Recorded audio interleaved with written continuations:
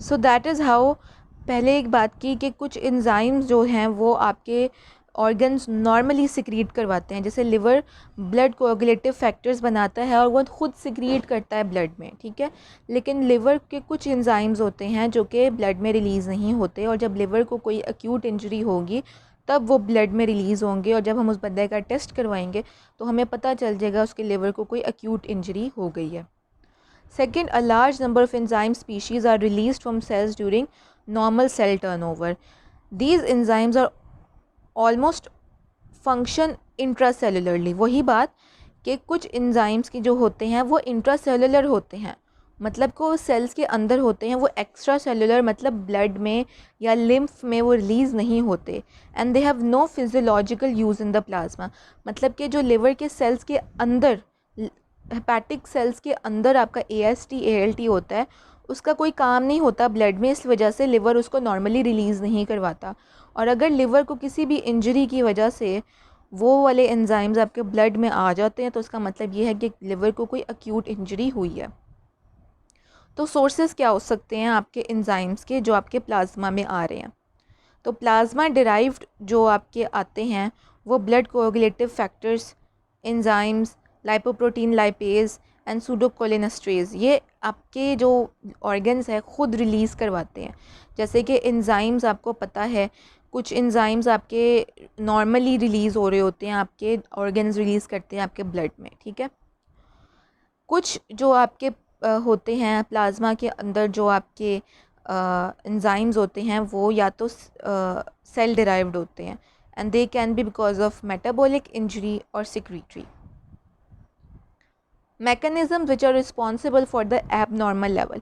कि for example आपके blood के अंदर एक शदीद लेवल आ गया, बहुत ज़्यादा लेवल, आपने एक बंदे को सोचा, उस आपने देखा एक बंदा आपके पास आया क्लिनिक में और उसको फुल जॉन्डिस हुआ हुआ है, पूरी बॉडी ऊपर से नीचे तक पीली है, उसकी आंखें भी उसकी पीली हैं। तो आपने सोचा कि यार इसको कोई एलिमेंट चल रहा है, जॉन्डिस का एलिमेंट, और कोई लिवर इंजरी चल रही है। बिकॉज होता ही है कि जो लोग होते हैं जिनको लिवर इंजरी होती है वो क्यों एकदम से येलो हो जाते हैं? वो येलो इसलिए होते हैं कि जो उनका लिवर बिलीरुबिन बना रहा होता है, वो बिलीरुबिन जो सा है वो सिक्रीट नहीं कर पाता है गॉल ब्लैडर के अंदर, और वो ब्लड में रिलीज़ हो जाते हैं। That is why bilirubin yellow colour impact करता है आपके स्किन को और आपके स्क्लेरा को, which is the white portion of your eye. तो कहने का मकसद है, अगर आप जज करते हो पेशेंट को कोई लिवर इंजरी चल रही है, फिर जब आप उस पेशेंट का ब्लड लेवल करवाओगे, AST और आपने ALT के लेवल्स चेक करने हैं, ठीक है, क्योंकि आपको पता है कि लिवर के सेल्स के अंदर नॉर्मली एंजाइम्स होते हैं AST ALT, तो आपने उसको एक लिख के दी पर्ची की, भाई जी अपने AST ALT के लेवल्स करवा के आए। जब उसने AST ALT लेवल्स करवाए और वो 1000 फोल्ड्स निकले, तो आपने उस पेशेंट को डायग्नोस कर लिया कि इसको अक्यूट लिवर इंजरी का कोई इशू चल रहा है। तो इंक्रीज सीरम लेवल किस वजह से हो सकता है? इंक्रीज रिलीज़ की वजह से, बिकॉज ऑफ सेल नेक्रोसिस मतलब सेल इंजरी, और इंक्रीज परमिएबिलिटी, और इम्पेयर्ड एक्सक्रीशन। इम्पेयर्ड एक्सक्रीशन का मतलब ये है कि वो चीज़ एक्सक्रीट नहीं हो रही, लाइक बिलीरुबिन की मैंने आपको एग्जांपल दी कि वो बिलीरुबिन आपके ब्लड से सिक्रीट नहीं हो, सॉरी, आपकी बॉडी से एक्सक्रीट नहीं हो रहा था with the help of gall bladder and then into your GIT। तो इस वजह से वो फिर ब्लड में रिलीज़ होना शुरू हो गया, और इस वजह से आपके इम्पेयर्ड एक्सक्रीशन की वजह से आपके सेल्स में सॉरी आपके स्किन के अंदर बिलीरुबिन बढ़ गया, बिकॉज बिलीरुबिन का लेवल ब्लड में बहुत ज़्यादा हो गया था। सिमिलरली कुछ केसेस में आपके ब्लड के अंदर एंजाइम्स का लेवल या सीरम लेवल डिक्रीज़ भी कर सकता है। फॉर एग्ज़ाम्पल एंजाइम इनहिबिशन की वजह से, जो हमने एंजाइम इनहिबिशन के, अगर आपने किसी बंदे को ड्रग दे दिया एंजाइम इनहिबिशन का, फॉर एग्ज़ाम्पल एस्पिरिन दे दिए, तो उसके साइक्लोऑक्सीजनेज के लेवल कम हो जाएंगे। आपने उसको कॉर्टिसोल या स्टीरॉइड्स दे दिए तो उसके फॉस्फोलाइपेज A2 के लेवल्स कम हो जाएंगे। तो एक तो कॉज हो सकती है decrease serum level of enzyme की ड्यू टू एंजाइम इनहिबिशन, और सेकेंडली या तो एंजाइम फॉर्मेशन ही नहीं हो रही है कि वो सिरे से एंजाइम नहीं बन रहा, बिकॉज ऑफ जेनेटिक और एक्वायर्ड कॉजेज़। तो elevation of enzymes in blood किस वजह से हो सकता है? The number of cells that are injured, मतलब किस चीज़ पर डिपेंड करता है कि आपके ब्लड में कितने एंजाइम्स किस हद तक बढ़ेंगे। तो जितनी सेल्स की इंजरी होगी, मतलब जितना फॉर एग्जांपल लिवर इंजर होगा, उतना ही AST ALT लेवल आपके ब्लड में ज़्यादा आएगा। Secondly gradient of cell plasma, for example cells कम अगर इंजर्ड हैं तो प्लाज्मा में एंजाइम का लेवल कम होगा, और अगर सेल ज़्यादा इंजर हैं तो प्लाज्मा में एंजाइम्स का लेवल ज़्यादा होगा।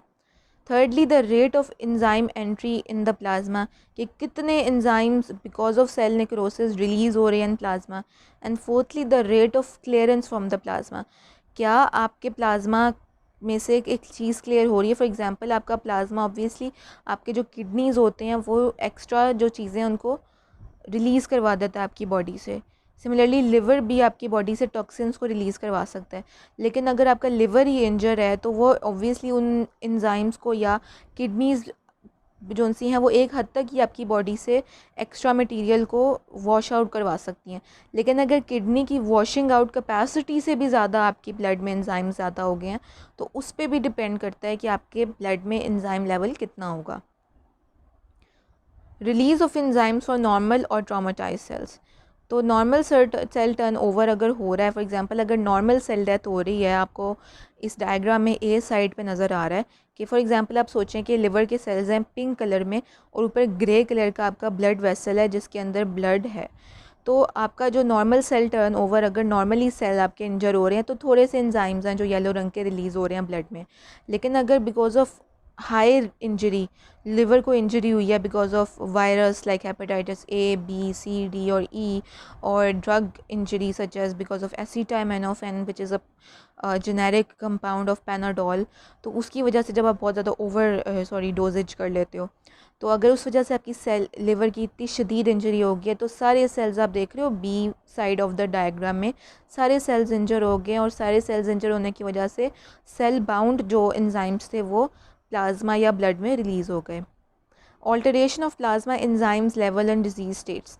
Many diseases that cause tissue damage result in an increased release of intracellular enzymes into the plasma. वही बात कि कुछ डिजीज़ आपके टिश्यू डैमेज करवाएंगी और उस टिश्यू या सेल डैमेज की वजह से आपके जो सेल बाउंड एंजाइम्स थे वो प्लाज्मा में रिलीज़ हो जाते हैं. Plasma enzymes as diagnostic tools. तो हम इन प्लाज्मा के जो लेवल्स आपके ब्लड में बढ़ते हैं उनको हम डायग्नोसिस के लिए यूज़ कर सकते हैं एक डिज़ीज़ की. The presence of increase levels of these enzymes in plasma reflect the damage to the corresponding tissue. तो आपको पता है कि लिवर के पर्टिकुलर एंजाइम्स जो सेल बाउंड होते हैं वो कौन से होते हैं? AST ALT. और अगर आपके ब्लड में AST ALT का लेवल बढ़ गया तो आप फ़ौरन से डायग्नोज कर लोगे कि बंदे को लिवर इंजरी चल रही है. सो ALT is abundant in the liver cells. Isozymes and diseases of the heart. Most isoenzymes called isozymes are enzymes that catalyze the same reaction as I have told you before. However, they do not have necessarily the same physical properties जैसे कि electrophoretic mobility या Km या heat stability and so on. And certain changes in the amino acid sequence as well. For this reason, isoenzymes may contain different numbers of charged amino acids and may therefore be separated from each other during the process of electrophoresis. Quaternary structure of isozymes. Many isozymes contain different subunits in various combinations.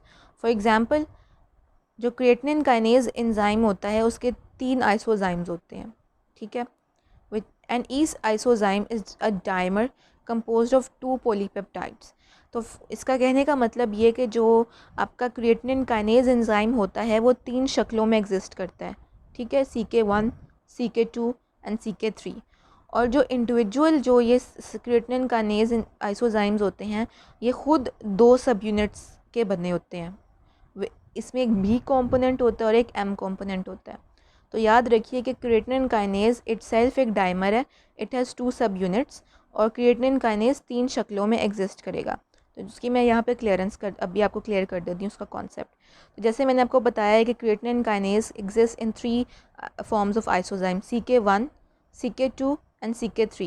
And each creatinine kinase isozyme is composed of 2 subunits B and M. और उस B and M जो subunits हैं उनकी फिर sequence के changes होते हैं which differentiate between the isozymes.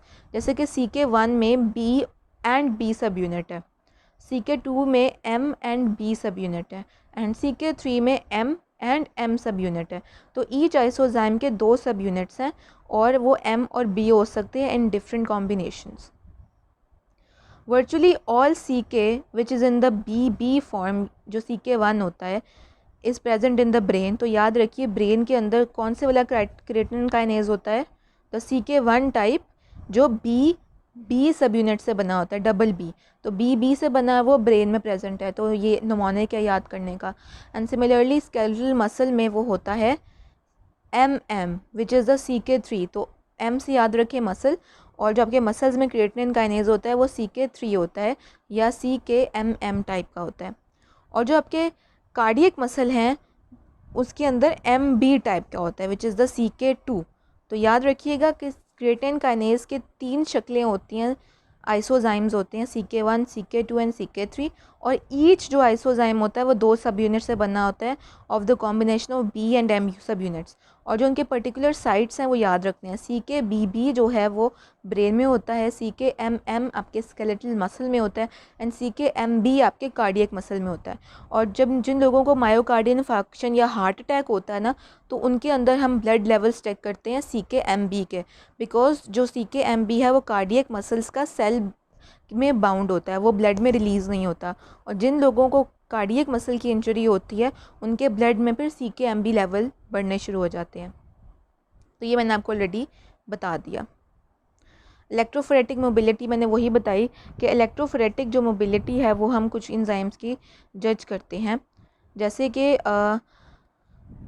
Lactate dehydrogenase जो इंजाइम हैं इनके जो आपस में जो फ़र्क आता है, आपस में जो फ़र्क आता है इसके आइसोजाइम्स का, वो on the basis of electrophoretic mobility होता है।